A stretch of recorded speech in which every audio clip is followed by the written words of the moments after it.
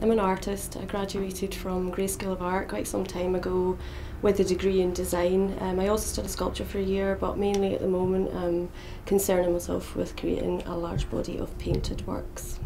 I'm concerned with exploring the concept of silence. The imagery that appears in the painting is largely kind of sculpturesque figures with featureless faces and seemingly restricted movement, but at the same time I like the paintings to look like they're pulsing and moving. I don't start out with a particular image in mind, and the paintings are not planned, although I do put the images down in the initial mark making process. I usually put maybe 5 or 6 images down, and they've got to fight for the existence throughout the course of the work. So the images that appear in the final paintings have been there since the beginning, but they've lost a lot of their companions, let's just say, because there comes a point when you've got to think about the piece as an overall piece, and sometimes I get really sad when I need to lose some of the creatures and the figures. Overall, I love the whole vibe of the studio, because it's always been that since I started painting, which would only be about 1.5 years ago, I've always worked in isolation, and I think it's really, really good for me to be around, people. I've met a few of the people and they're all, lovely, and it feels like you can get energy from these people as well, and it adds a different slant onto your work, I think. Mutual is a cooperative collective of artists principally, but also of writers and filmmakers and musicians. Membership is open to any early career creative practitioner because actually the membership fee isn't money, it's time and talent. We ask them to pay 2 days of their time, so either sharing their skills with us or helping us to invigilate the spaces or to install the work. It's a collective of people who have skills and can come together really to create new opportunities, to do really quite ambitious things with very little money. We are a separate organisation which exists within ironbbratz. We have an office here in ironbbratz Studios, and we curate the programme from this gallery, which for this year is the Mutual Gallery at ironbbratz, but who knows what it'll be afterwards.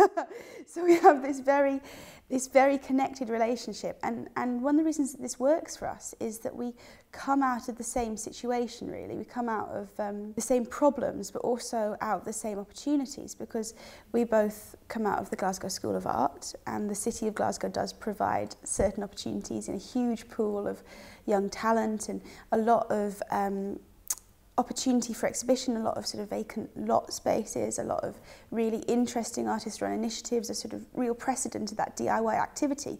But also, what ironbbratz experienced is the same things that we experienced, a sort of crisis upon leaving art school and realising how limited opportunities really are for a lot of early career creative practitioners, and how you do have to wait to be selected. We wanted, both of us, both ironbbratz and Mutual, wanted to create organisations where young artists could make their own luck and could come together to make their own opportunities. My name is Mark Cairns, this is Deli Adiemo, and this is Becca Thomas, and together we are a creative urban think tank. Basically, Pigeon Perfect is a bridge between the public, art, architecture and design communities. What we found is other architects kind of struggle with all the constraints that they have during the building process to actually meaningfully engage the community. So what we do is we set out to actually engage the community as our initial goal, without the necessary outcome of building something. I think the project we're most proud of to date, the one that we've completed, was SASA, which was where we created the first ever Scottish Architecture Students' Assembly, where we brought around about 30 to 40 students from all around Scotland down to Glasgow for a day of workshops, seminars and debate, culminating in a flash mob exhibition. Yeah, just got loads of students together from across Scotland to kind of discuss urban issues, and brought them all to one place, seminars and workshops, and I had a really good day and kind of flash mob exhibitions. So that was, I think, yeah, it was a really good day, yeah, and came up with some really interesting conclusions from that. I think the obvious reason to join ironbbratz for us was the opportunity to plug into this existing and extensive network. So ironbbratz was the obvious choice. There already exists artists, illustrators, filmmakers, authors, photographers so wide and diverse that it can only serve to further develop our practice and our ethos as a studio. ironbbratz is a not-for-profit arts organisation that works to support early career practitioners of all kinds of disciplines. And we do that through offering studio space, a gallery, creative professional opportunities, exhibitions, projects, as much stuff as we can think of, basically. We try to make sure there's never a dull moment. Every month we have a crit night where people kind of show and tell their work. The reason that's really important is because we have a really big variety of people in the studios, from jewellers, a creative think tank, lots of painters, some sculptors, and that really gives us a great insight into all kinds of creative practice and helps everyone get different perspectives on their work. We're also working on trying to give people opportunities to learn how to start their own creative businesses so that they can make a little bit of money based on the skills that they've worked so hard to learn. One of the main things that it's given me and that I think I'm most proud of is a really great community very quickly. We've only been here since July 2010, and already people are making friends and hanging out in the kitchen and going to openings together, and it's just really nice to see people who didn't know each other before coming together like that. It's quite powerful, and it makes me really happy because I feel like I've accomplished something really nice. The themes that run through my work, on a personal level, they start off as a sort of intuitive expression of my identity, which I'm responding to.